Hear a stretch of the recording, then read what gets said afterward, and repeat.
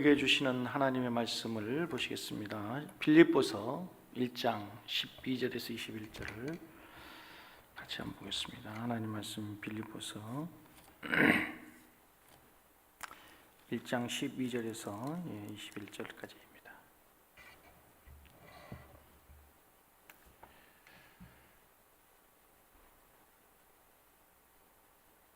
함께 합독하시겠습니다. 형제들아, 내가 당한 일이 도리어 복음 전파의 진전이 된 줄을 너희가 알기를 원하노라. 이러므로 나의 매임이 그리스도 안에서 모든 시대안과 그 밖에 모든 사람에게 나타났으니 형제 중 다수가 나의 매임으로 말미암아 주 안에서 신뢰함으로 겁없이 하나님의 말씀을 더욱 담대히 전하게 되었느니라.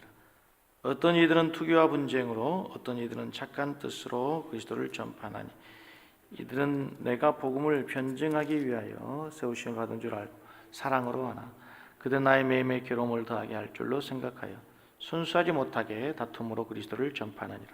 그러면 무엇이냐? 거칠애로 하나 참으로 하나 무슨 방도라든지 전파되는 것은 그리스도니로서 나는 기뻐하고 또한 기뻐하리라.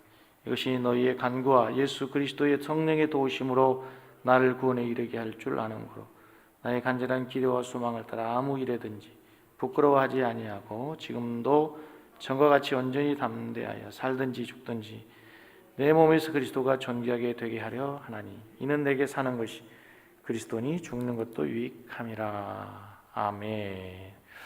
할렐루야. 네, 여러분 또 반갑습니다. 잘 오셨습니다.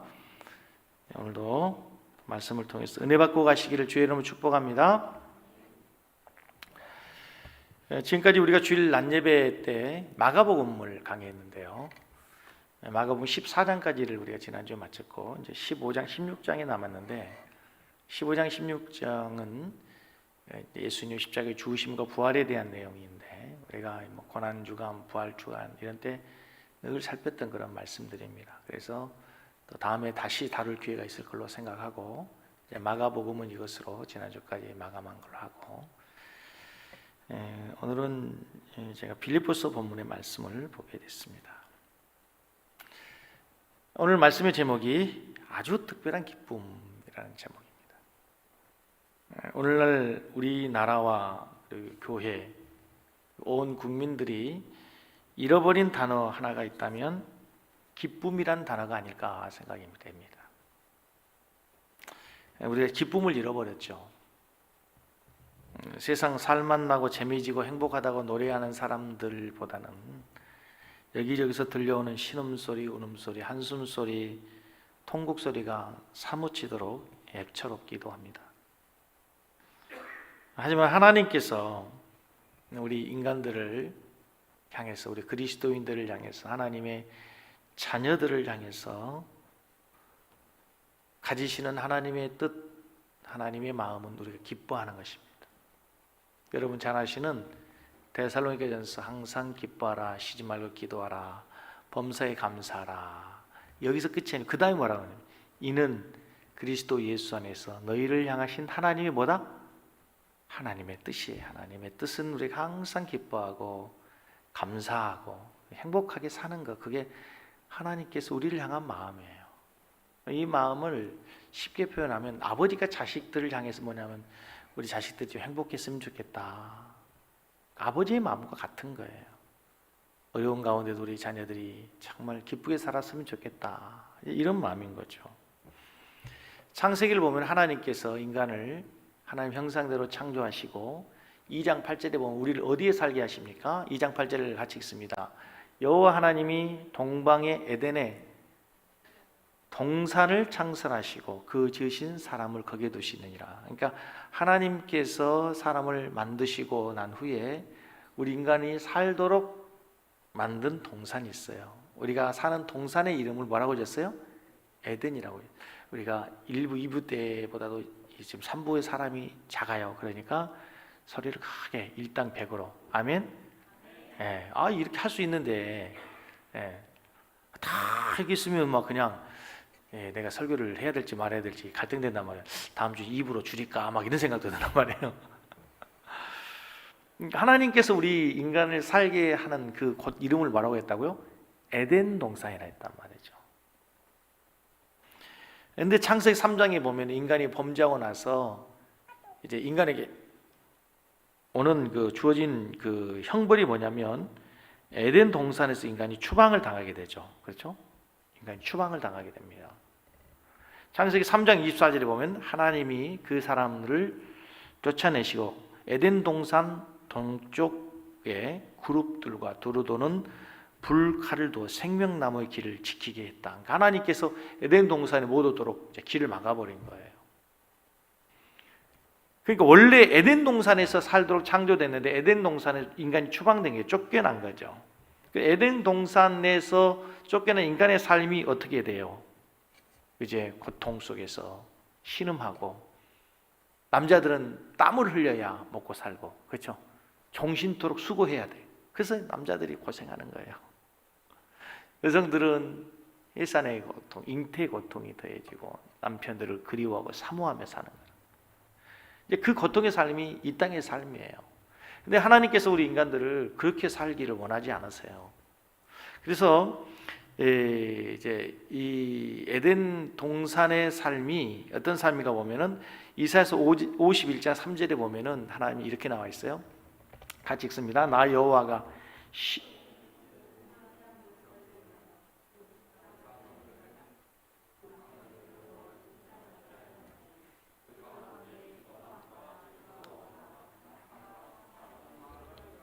이 에덴 동산을 잃어버린 인간들의 삶을 하나님이 그냥 보지 않으시고 이제 장차 회복할 것을 약속하세요. 그래서 사막과 같은 곳을 에덴처럼 만들어 주겠다. 광야를 여호와의 동산같이 에덴 동산처럼 다시 회복시켜 줄 것을 약속하세요. 그래서 예수님께서 이 땅에서 오셔서 이제 우리 인간들에게 주시기 원하는 그 구원의 그 은혜들을 여러 가지로 이제 우리에게 설명해 주세요. 거듭나야 된다, 영생을 얻어야 된다, 이런 말씀 외에 요한복음 15장에 보면 하나님이 우리에게 주시기를 원하는 게 뭐냐면 이제 영원한 기쁨을 주기를 원하신다는 거예요. 그 말씀이 요한복음 15장 11절에 요한복음 15장 11절에 보면은 이것을 너희의 이름은 내 기쁨이 너희 안에 있어 너희 기쁨이 충만케 합니다. 내 기쁨이 너희 안에 있어서 너희의 기쁨이 충만하도록 하기 위해서 내가 너희들에게 왔다. 내가 너희들이 기쁨을 주기 원한다. 그러니까 지금 설교 흐름을 기억하시겠죠? 에덴 동산에 갖고 있었던 그 기쁨을 범죄함으로 인간이 잃어버렸는데 이사야 선지자를 통해서 그 에덴의 기쁨을 회복시켜 줄 거다. 하나님의 그 기쁨, 사막이 동산 같고 여호와의 동산처럼 광야가 에덴 동산처럼 되는 그 기쁨을 주겠다는데 그 기쁨이 뭔가 했더니 봤더니 예수님께서 에덴의 기쁨을 회복시켜 주겠다는 거예요. 그 에덴 동산이라고 하는 말을 기쁨의 동산이라고 하는 단어 의미를 갖고 있는데 그 이제 라틴어가 아니라 로마죠. 헬라어에서 로마어로 번역한 라틴어 성경에서는 에덴 동산을 뭐라고 하냐면 기쁨의 동산이라고 아예 바꿔버렸어요.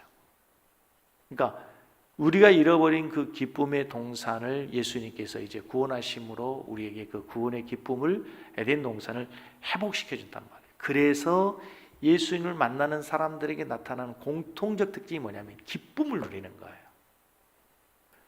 그래서 삭개오를 보면은요, 삭개오가 욕심장이었거든. 만족이 없었거든. 그 많은 돈을 갖고도 기쁨이 없었거든요. 그래서 예수님 지나가시다는 소식을 듣고 뽕나무에 올라가잖아요. 그러면 예수님 좀 만나보고 싶은 거예요. 인생에 갈증이 있었던 거예요. 그런데 예수님 만나자마자 그 큰 기쁨을 누려가지고 그렇게 생명과 같은 그 재물, 움켜쥐었던 재물을 내려놓잖아요. 그래서 내 소유로 절반을 내놓겠습니다. 누구에게 토색한 거 있으면, 도둑질한 거 있으면 내가 4배로 갚겠습니다. 그리고 큰 기쁨이 그에게 임하게 되는 거예요. 사도행전 16장에 보면은 바울과 실라가 복음을 전하다 감옥에 갇히죠. 그래서 거기에 찬송합니다. 기도합니다. 그랬더니 옥토가 늘려가지고 이제 그들이 옥문이 열리게 되니까 그들을 지키는 간수장이 이제 죄수들이 탈옥하게 되면은 자기는 죽게 되는 거잖아요.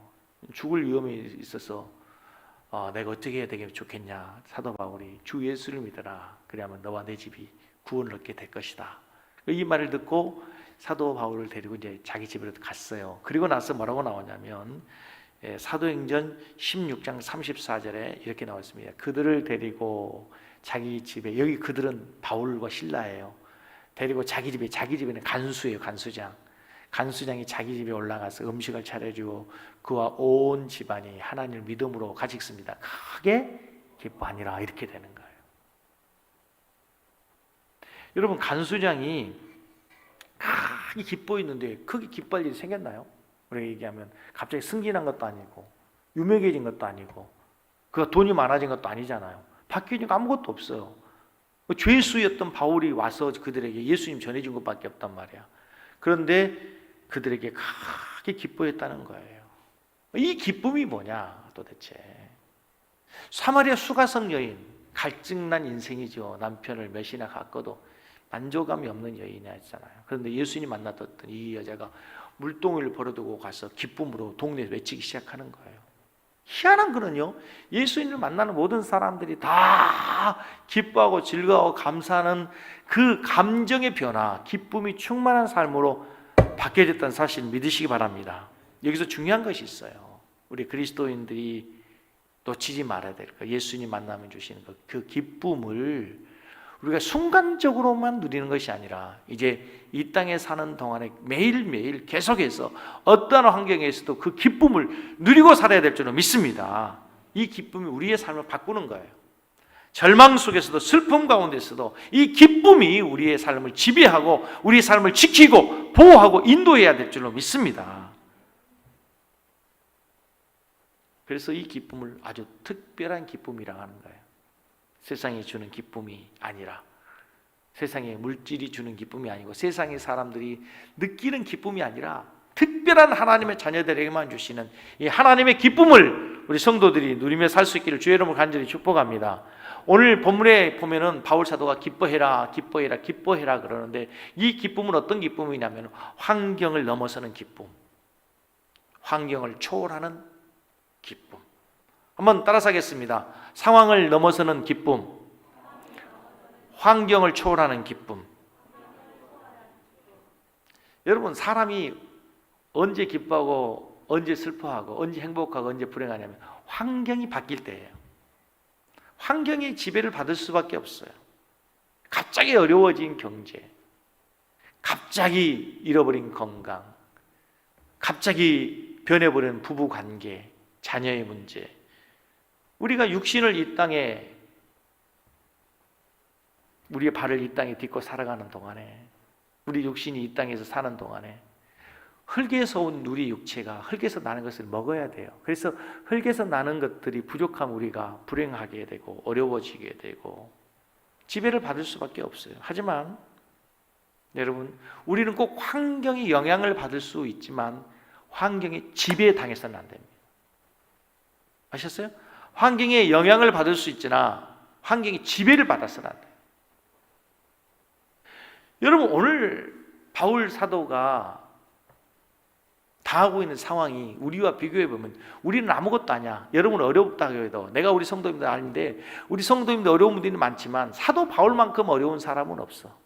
환경적으로 얘기하다 보면은 사도 바울만큼 절박한 사람이 없단 말이에요. 지금 사도 바울이 어떤 상황이 있냐면 12절을 보면, 1장 12절에 보면은 형제들아 내가 당한 일이, 사도 바울이 당한 일이 있어요. 근데 그 일이 뭐냐면 13절에 보면은 나의 매임이 그리스도 안에서 시위대 안가. 바울 사도가 지금 어디에 있냐면 매여서 시위대 안에 있는 거예요. 감옥에 있단 말이에요. 감옥에. 자, 바울 사도가 처한 환경을 한번 상상해 보면요, 바울은 지금 감옥에 있답니다. 매여 있다라고 하는 얘기를 원어의 뜻으로 보면요, 쇠사슬에 매여 있다 이렇게 되어 있어요. 쇠사슬에 매여 있어요.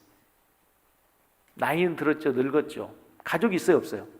가족 없습니다. 장가도 안 갔어요. 여기에 대해서 뭐 논쟁이 있지만 아무튼 바울 사도는 그 어디에도 가족에 대한 이야기가 언급이 없습니다. 나이는 들었고요, 늙었습니다. 감옥에 갇혔습니다. 병들었을 거예요. 바울은 수많은 육체적인 고난을 당했잖아. 40에 하나 가면 매일 태량을 3번이나 맞고 죽을 고비를, 심지어는 돌에 맞아갖고 버려질 만큼 죽은 것처럼 실제로 죽었어요. 그렇게 많은 육체의 고통을 당했기 때문에 바울은 분명 많은 육체 질병을 갖고 있단 말이에요. 실제로 자기 몸에서 가시를 좀 제거해달라고 하나님께 기도할 만큼 바울은 많은 질병을 갖고 있는 사람이에요. 보세요. 병들었어요. 늙었어요. 자식도 없어요. 감옥에 있어요. 환경으로 얘기하면 바울처럼 어려운 사람이에요? 우리가? 바울과 비교해서 내가 바울보다 더 어려워요. 힘들어요. 라고 하는 사람이 많지 않아요. 그런데도 불구하고 바울 사도가 뭐라고 얘기하냐면 빌립보서 1장 18절을 같이 한번 선포하고 있겠습니다. 그러면 무엇이냐? 거칠어 하나 참으로 하나 무슨 방도라든 전파되는 것은 그리스도니 이는 같이 읽습니다. 나는 기뻐하고 또한 기뻐하리라. 따라하겠습니다. 나는 기뻐하고 또한 기뻐하리라. 믿음으로 선포하십시오. 우리의 환경을 향해서 나를 지배하고 있는 여러 가지 많은 상황들을 향해서 우리 선포하는 거예요. 나는 이 상황에도 기뻐하리라. 또한 기뻐하리라.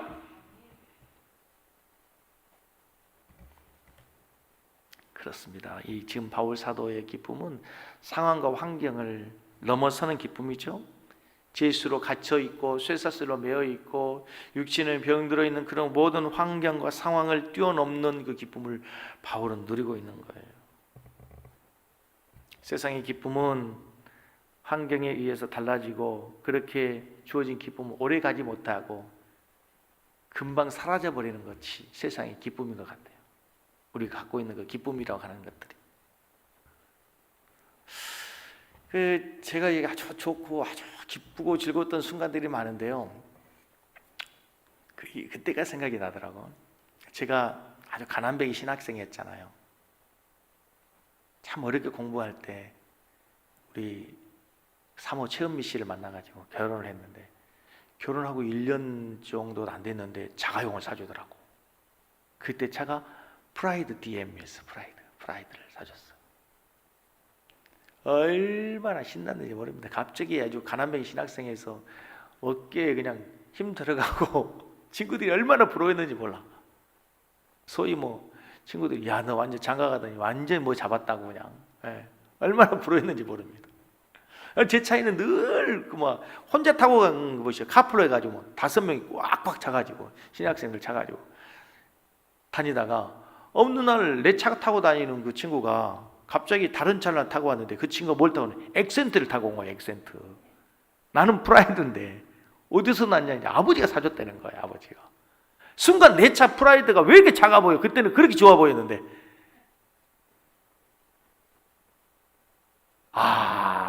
그때 그렇구나. 이 세상의 기쁨이라고 하는 것이 물질이 주는 기쁨이 그런 거구나. 예, 가끔 드라마에서 그런 얘기 나온 적 있잖아요. 그렇게 공부 아주 결혼해가지고 아주 한바둥산 거 막 중국집하고 식당하고 막 해가지고 어려운 가운데서 모아가지고 새빵 살다가 애들 키우고 그러라고 정신 살다가 어느 날 남편이 반지를 하나 선물해 준 거예요. 루비인지 뭔지 하나를 선물해 줬어요. 그래가지고 근데 어느 날 이제 친구들이 전화하고 동창회 한다고 동창회 딱 나갔어. 자기 간에는 그냥 다 그 반지 하나 끼고 기분 낸다고 착 나갔는데 친구들이 모였는데 저기서 누가 하나 오는 거죠. 옛날에 자기 가방 들었던 여자. 근데 걔가 갑자기 왔는데 가방 명품에다가 옷 딱 명품 걸치고 손가락에 껴있는 반지를 보는 순간 갑자기 가리게 되죠. 나는 루비인데 걔는 그냥 다이아몬드 사파이어 딱 끼고 그것도 크다는 거. 그죠? 그 순간 화장실 가서 이걸 보면서 빼갖고 그냥 호주머니에 넣어버리잖아. 이 세상의 기쁨이 이렇게 상대적이라는 거예요. 상대적. 내가 갖고 있는 것이 좋았는데 어느 순간 나보다 더 큰 거, 더 높은 거, 좋은 거 갖고 있는 거 사람 보면 이게 만족이 안 되는 거예요. 하나님이 주시는 기쁨이란 그런 기쁨이 아니라 원천적인 기쁨, 에덴에 있어 주셨던 그 기쁨, 하나님은 그 기쁨을 우리가 누리기를 원하는 줄로 믿습니다. 여러분 잘 아시는 말씀 아시죠? 하박국서 3장 17절 18절. 여러분 이걸 그냥 지식으로 알고 있지 말고 믿음으로 이럴 때 선포해야 되는 거야. 같이 읽습니다. 믿음으로 선포하는 거예요. 비록 무화과 나무가 무성하지 못하며 포도나무가 열매가 없으며 감람나무에 소출이 없으며 밭에 먹을 것이 없으며 우리의 양이 없으며 외양간에 소가 없을지라도 나는 여호와로 말미암아 즐거워하며 나는 구원의 하나님으로 말미암아 기뻐하리로다. 아멘. 아멘. 이걸 그냥 지식으로 알면 안 되고 이걸 선포해야 된다. 선포하세요. 선포. 뭐가 없을지라도 지금 우리가 상황이 똑같잖아. 코로나 상황으로 해서 사업도 안 되고 힘들고 어렵고 애들 속썩이고 뭐하고 없고 할지라도 그러나 여러분 여호와로 말미암아 구원의 하나님으로 말미암아 기뻐하리로다. 아멘. 신종 코로나 바이러스 확산으로 인해서 수도권 교회 대면 예배 금지 조치가 내려진 지 이제 한 달이 넘어지고 있습니다. 많은 사람들이 힘들어하죠. 목사들에게 힘든 게 돈 문제가 아니고 경제적인 문제가 아니라 정말 영적으로 교회를 이끌어가고 성도들을 신앙으로 이끌어가야 되는데 할 수 없다는 것처럼 어려운 일이 없죠. 마치 운동선수가 더 이상 운동할 수 없습니다. 부상으로. 음악가에게 노래하는 성악가의 성대 결절이 와가지고 더 이상 노래하면 목소리를 잃습니다. 성대 사용 안 됩니다. 음악할 수 없습니다. 라고 하는 선언과 다를 바가 없는 거죠. 운동선수가 운동을 못하고 음악가가 음악을 못하고 그림을 그리는 화가가 그림을 그릴 수 없다면 어디에서 기쁨을 누릴 수 있겠어요? 이게 목사뿐만 아니고요. 이 소상공인들, 영세업자들 참 너무 가슴 아프더라고요. 사연들이 보면. 우리 부목사님 지난주 목요일인가 얘기하다 보니까 수원시인가요? 거기에 PC방 내놓은 게 570개랍니다. PC방 다 내놨어요. 다 내봤어요. 왜냐하면 더 이상 못하니까. 못 모이게 하니까. 월세 나가야 되니까. 그 월세라도 안 내려고 다 내놓은 거죠. 지금. 아마 이렇게 간다면요. 올 연말 지나고 내년까지 이게 간다면 장사하는 사람도 어떻게 해 먹겠습니까? 월세 못 냈죠. 월세 못 내면 보증금 다 까먹을 텐데 차라리 가게 내놔야지. 참 심각하죠. 참 너무 가슴 아픈 게 혹시 여러분 보셨어요? 우리 교회 들어온 그 입구 저쪽 아파트 앞에 사거리에서 오다 보면 이렇게 큰 상가를 향해 바라보면 그 태권도 도장에 뭐 권리금 없이 내놓습니다. 이렇게 나와 써져 있더라. 신도시의 그 관장님 태권도 도장할 때 얼마나 부푼 가슴으로 꿈을 안고 희망을 안고 기대하면서 도장을 준비했을 거예요. 뭐 돈 풍족해서 했겠습니까? 여기저기 사범하다가 이제 어떻게 해서 대출 받고 빌리고 그렇죠? 그래가지고 이렇게 저렇게 끌어모아서 도장 차렸는데 해보지도 못하고 지금 몇 달째 있으니까 이제 월세가 또 뭐 신도시가 조금 비싸면 얼마나 비쌉니까? 그런 가게들이 많아요. 학원들은 또 우리 성도들 가운데도 학원 하지 못한 성도들 얼마나 많아요.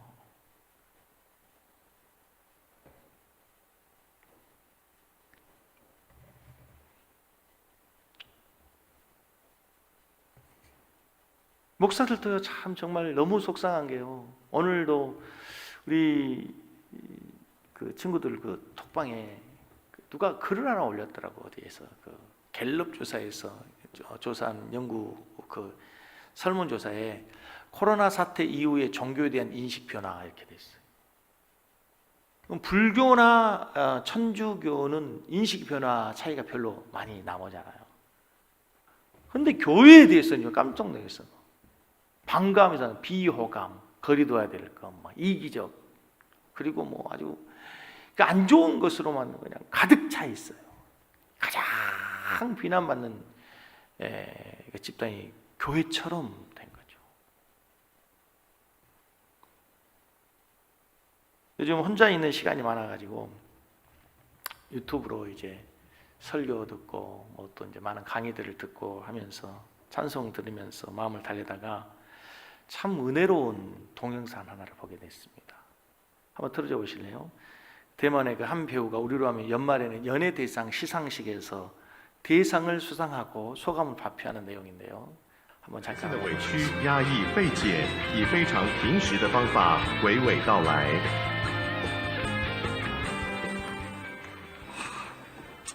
老实说，就一个曾经拿过金钟奖的人来说的话，就一个从影40年的一个演员来说，我多么希望有更年轻的后辈上这个台拿这个奖，那意味着是一种传承。其实他们都很棒。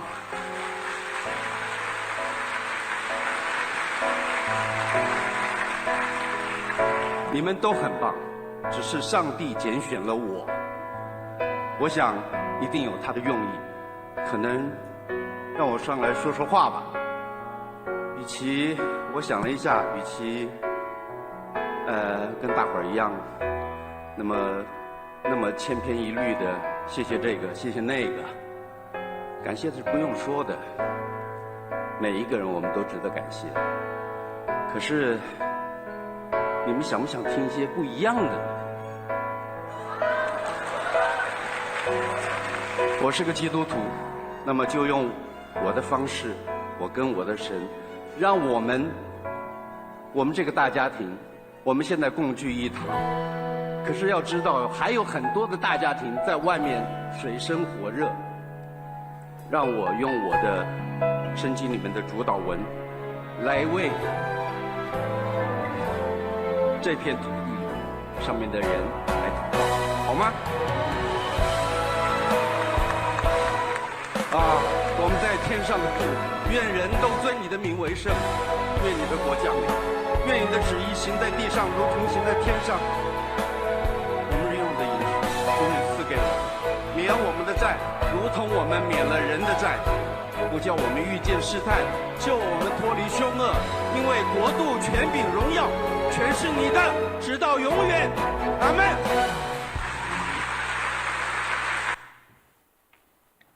전 되게 감동적으로 본 부분이 그런 거예요. 우리나라에서도 연말에 그 연예인들이 상 받으면 나와서 막 징그럽게 길게 얘기하잖아요.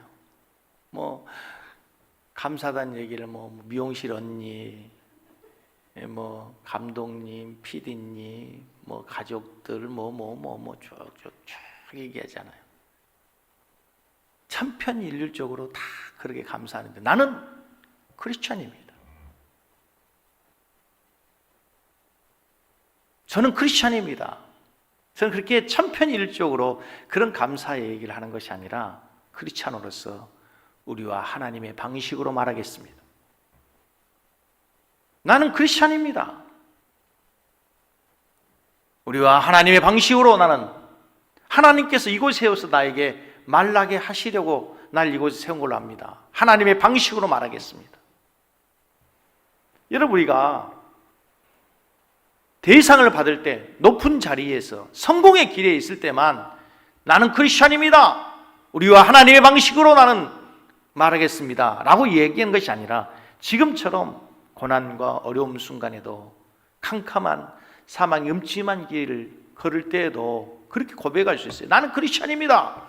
이 어려운 사망의 고통의 순간에도 나는 우리와 하나님의 방식으로 말하겠습니다.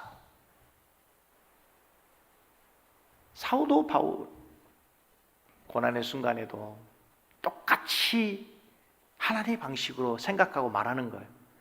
다윗을 기억하십니까? 다윗이 왕이 되었을 때도 하나님 앞에 순수하게 춤을 춥니다. 하나님의 교회가 하나님의 성에 들어올 때 춤을 추다가 바지가 내려간 걸 알지 못할 정도로 순수한 마음으로 하나님을 찬양하고 하나님을 기뻐합니다. 높을 때뿐만이 아닙니다. 사망의 음침한 골짜기로 지날 때에도 여호와는 나의 목자시니 내가 부족함이 없습니다. 우리가 기뻐하고 즐거워하는 것이, 감사하는 것이 성공과 승리와 환희와 영광의 길에서 뿐만 아니라 이 어두운 시대에 고통의 순간에도 통일하게 나는 크리스찬입니다. 따라서 하나님의 방식으로 말하겠습니다라고 얘기하는 것처럼 우리가 세상의 방식이 아니라 하나님의 방식으로 이 고통의 순간에도 하나님 주시는 기쁨과 은혜를 누리고 살아야 될 줄로 믿습니다.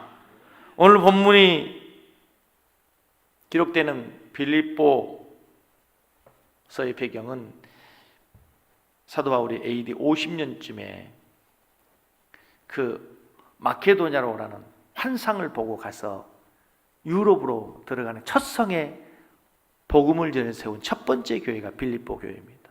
그게 자주장사 루디아가 있어서 그를 통해서 세워진 교회. 바울이 꿈에도 잊을 수 없는 그의 사랑과 그의 정성이 들어간 교회가 빌립보 교회입니다. 바울이 갇혀 있습니다. 어둠 순간, 고통의 순간, 죽음의 위험이 몰려오고 있는 그런 인생의 마지막 황혼의 순간에 그 교회 성도를 향해서 위로의 말을 전하는 거예요.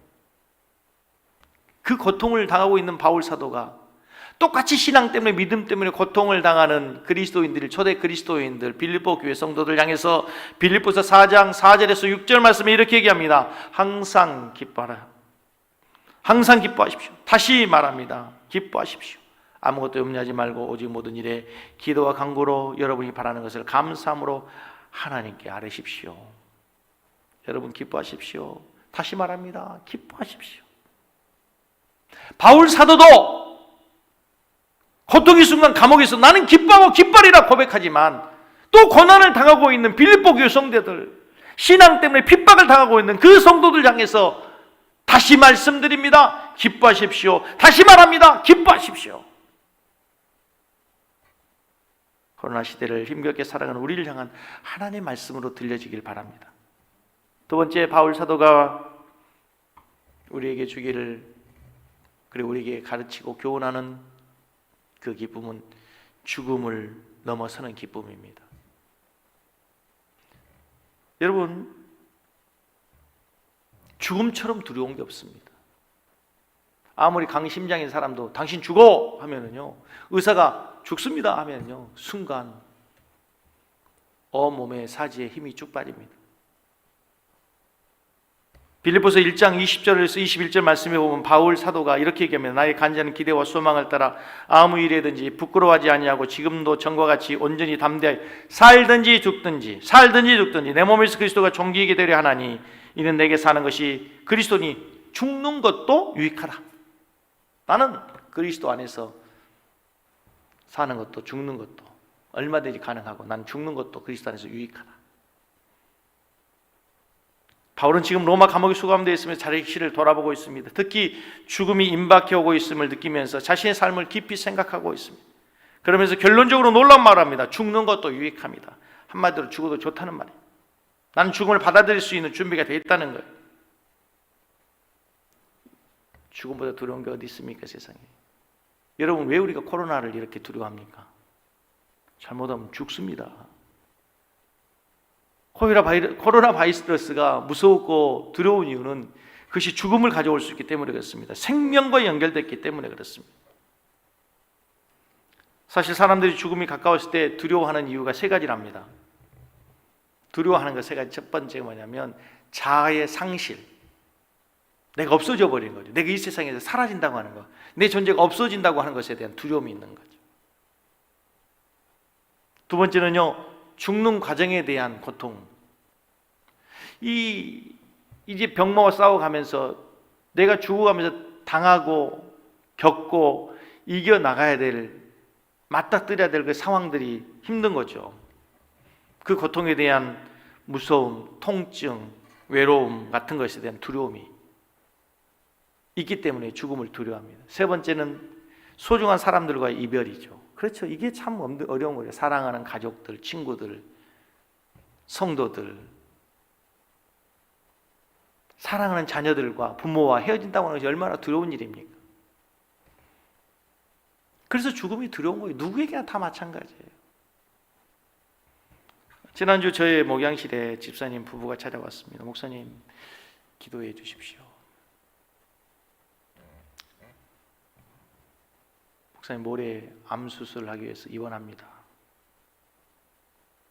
여러분, 암이라고 하는 수술이 어떤 수술인지 우리가 다 알지 않습니까? 암. 한 글자입니다. 한 글자. 암. 근데 이 암이라는 단어, 한 단어를 듣는 순간 그 충격, 그 쇼크가 얼마나 큰지 우리가 상상 이상일 것입니다. 나와는 상관없는 단어였는데 이제 그 단어가 나에게 찾아오는 순간 불안, 공포, 두려움, 얼마나 많은 감정들이 생기겠어요. 억지로 집사님 부부를 위로했습니다. 집사님 요즘 약이 좋아지고 의술이 좋아져서 수술하면 괜찮을 겁니다. 요즘에는 다 괜찮아지더라고요. 걱정하지 마십시오. 힘내시고 기도하겠습니다.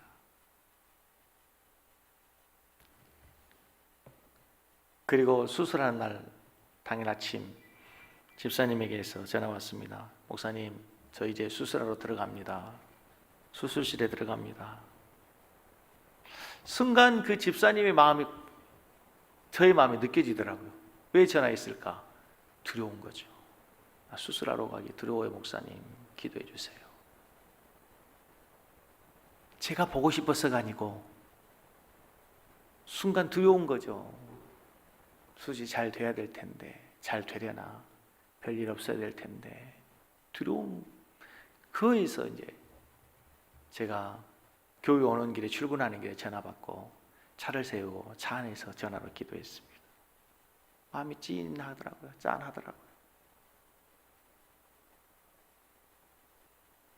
어제 설교를 준비하다가 지금 우리 성도님 가운데 암 수술하기 위해서 항암 치료를 하고 계시는 집사님이 생각났습니다. 암이 발견됐는데 암덩어리가 너무 큰 거예요. 그래서 이제 수술을 하기 위해서는 이 암덩어리를 줄여서 수술을 해야 되기 때문에 항암 치료를 6번을 해야 됩니다. 어제 전화했더니 3번 항암 치료가 끝나고 이게 4번째, 내일 모레면 이제 4번째 가야 되는데, 전화했더니 너무 목소리가 밝은 거, 집사님 목소리가 살아있네. 목사님 어제부터 좀 살겠어요. 아유, 항암 치료가 얼마나 힘든지, 얼마나 어려운지. 여러분, 그게 얼마나 어려운지 아시죠? 그 암세포를 죽이기 위해서 독한 약으로 하다 보니까 내 멀쩡한 세포들도 죽어가는 거 아닙니까? 그래서 머리가 빠지고 때로는 막 손이 갈라지기도 하고 피부가 쩍쩍 벌어지지 않습니까?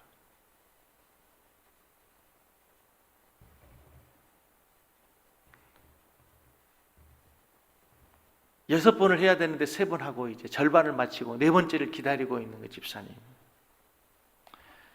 제가 말로는 집사님 힘내시라고 했지만 제가 설교를 준비하는, 죽음을 초월하는 기쁨을 누려야 된다고 설교하는 제가 갑자기 저에게 질문하는, 야 김종수, 네가 수술대 위해서, 수술 받기 위해서 암 판정받고 항암 치료 받고 내가 항암제 맞고 수술하기 위해서 수술대 올라갈 때 너 그렇게 설교할 수 있어?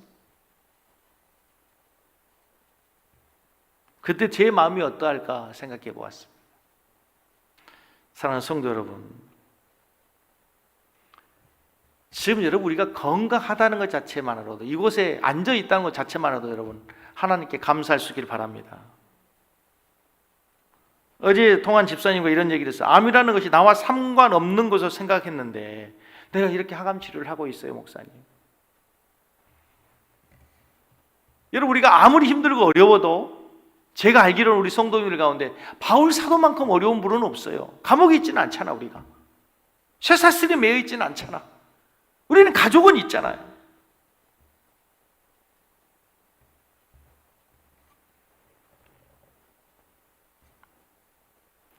지금 현실이 힘들고 어려워도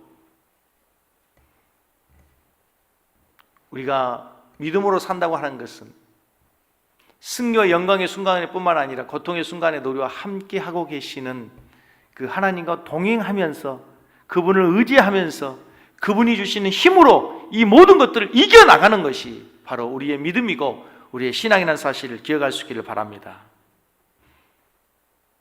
바울도 왜 이런 두려움이 있지 않겠어요? 왜 바울이라고 죽음이 무섭지 않겠습니까, 여러분?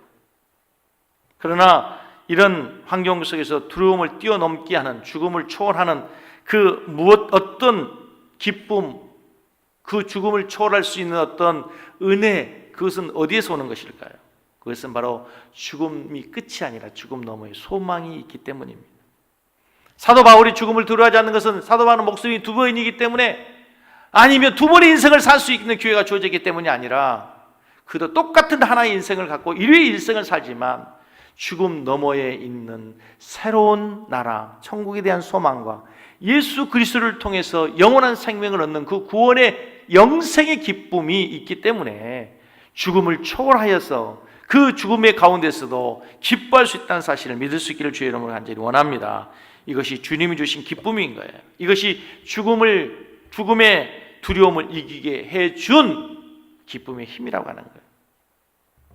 사랑하는 성도 여러분, 빌립보서 3장 1절에서 바울사도가 이렇게 당부합니다. 끝으로 나의 형제들아 주 안에서 기뻐해라. 끝으로 나의 형제들아 주 안에서 기뻐해라. 바울사도가 계속해서 우리에게 얘기하는 것을, 당부하는 것은, 부탁하는 것은 끝으로 나의 사랑하는 자녀들아 주 안에서 기뻐해라.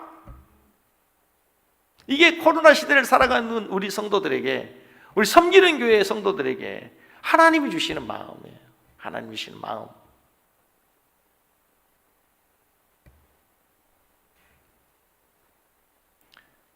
저희 막내가 고3입니다. 고3.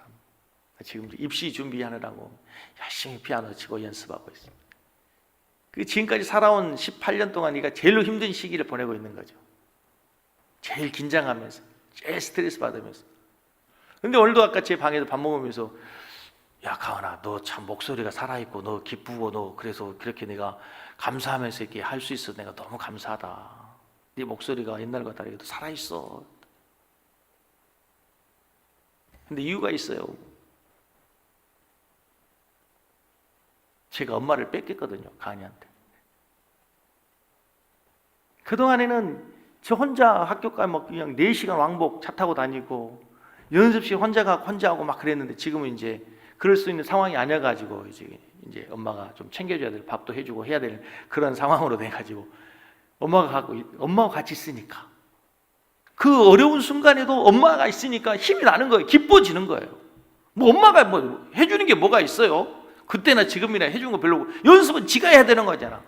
환경은 바뀐 거 없는데 옆에 엄마 있음으로 인해서 얘가 힘이 생겨져 기뻐지는 거예요. 그게 하나님 주신 기쁨이라는 거야. 아멘? 그 하나님께서 우리에게 주시는 그 기쁨이 바로 자녀들에게 엄마가 있음으로, 아빠가 있음으로. 이 설교를 듣는 아이들은 나는 우리 엄마 없는 게 난 더 기쁜데, 엄마 잔소리 때문에 엄마 있으면 스트레스 받는데,